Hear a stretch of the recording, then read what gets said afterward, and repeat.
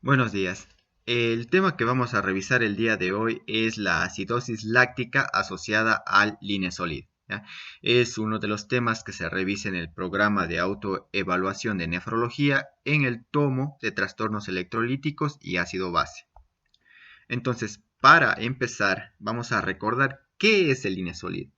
Entonces, tenemos que el linezolid es un antibiótico sintético de acción sistémica, pertenece al grupo de las 2-oxazolidonas y se caracteriza porque inhibe la subunidad 50S y por tanto inhibe la síntesis de proteínas en la bacteria. Su mecanismo de acción.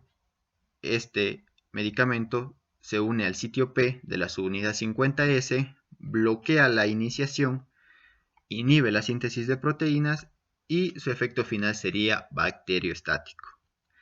En cuanto a cómo se mueve el linezolid en el organismo, bueno, este puede ser administrado tanto por vía oral como por vía venosa y debido a la solubilidad en las membranas que posee este medicamento puede acceder a compartimentos que son muy difíciles para otros. Unos ejemplos puede ser el líquido cefalorraquídeo, los alvéolos y el hueso. Se metaboliza a nivel hepático y se elimina por vía biliar. Algo que hay que tener muy en cuenta son los efectos adversos de este medicamento.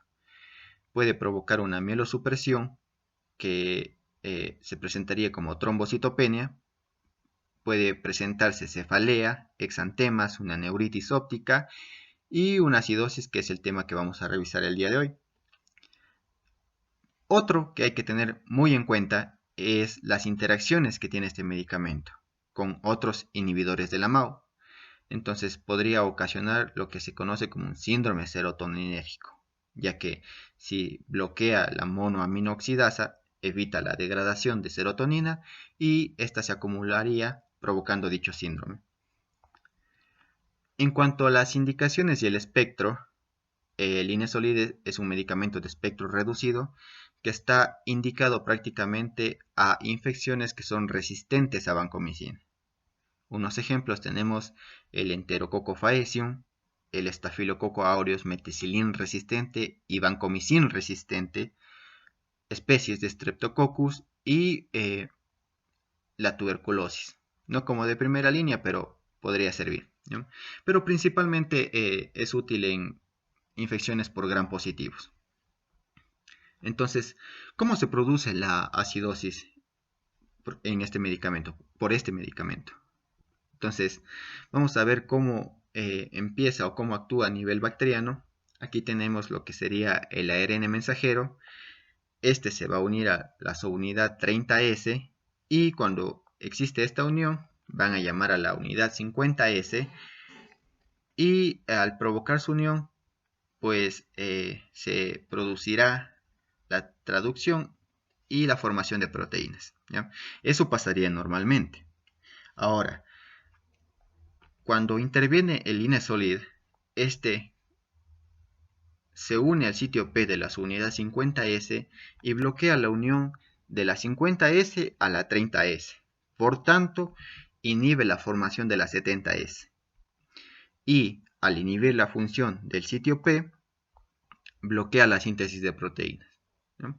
Entonces, esto pasa a nivel bacteriano.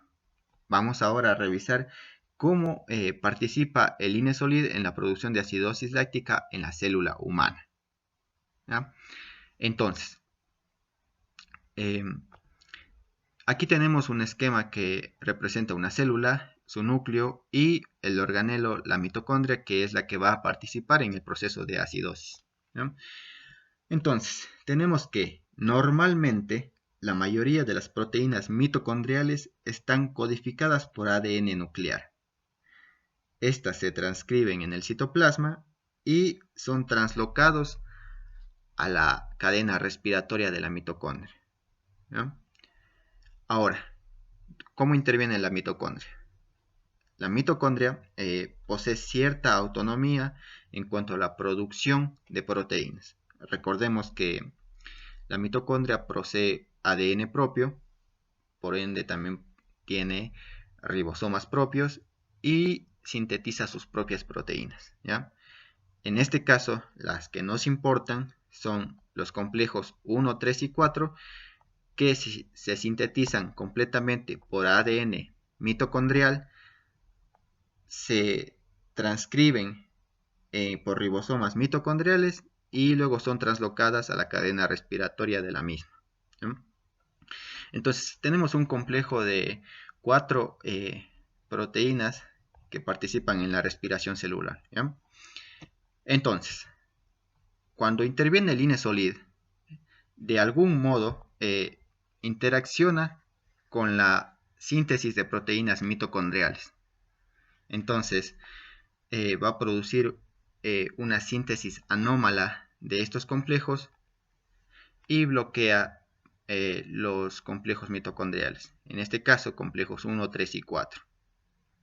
Entonces, al quedar inhibidas las proteínas mitocondriales, inhibe el metabolismo aerobio de la glucosa. Recordemos que la respiración celular se produce por la mitocondria, ¿no? Entonces inhibe el metabolismo aerobio de la glucosa, pero la célula no puede quedarse sin energía. Entonces interviene otro tipo de metabolismo para obtener energía. En este caso, la glucosa se va a metabolizar por vía anaerobia.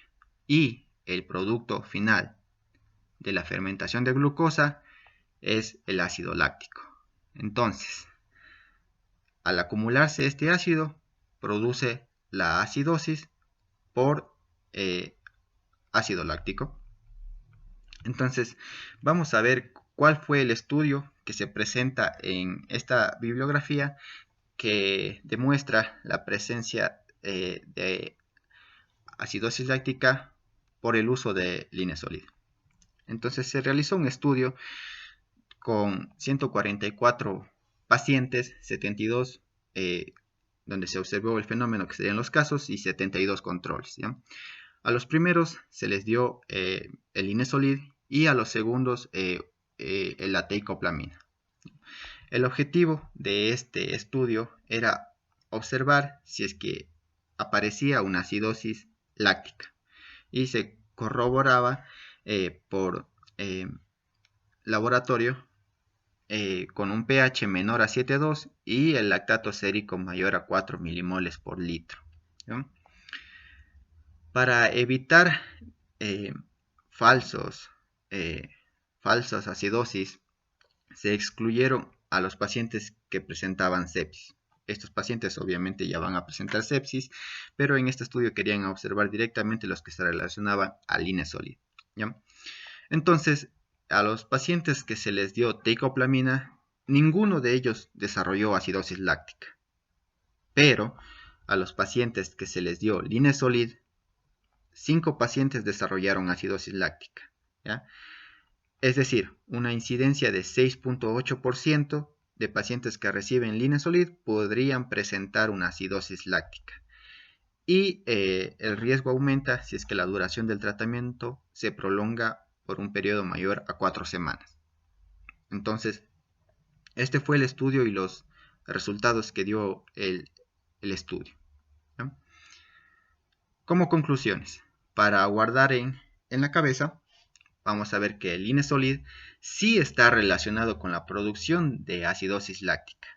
Y en los gases arteriales se puede corroborar como un pH que desciende por debajo de 7.2 y un lactato sérico que aumenta por encima de los 4 milimoles por litro.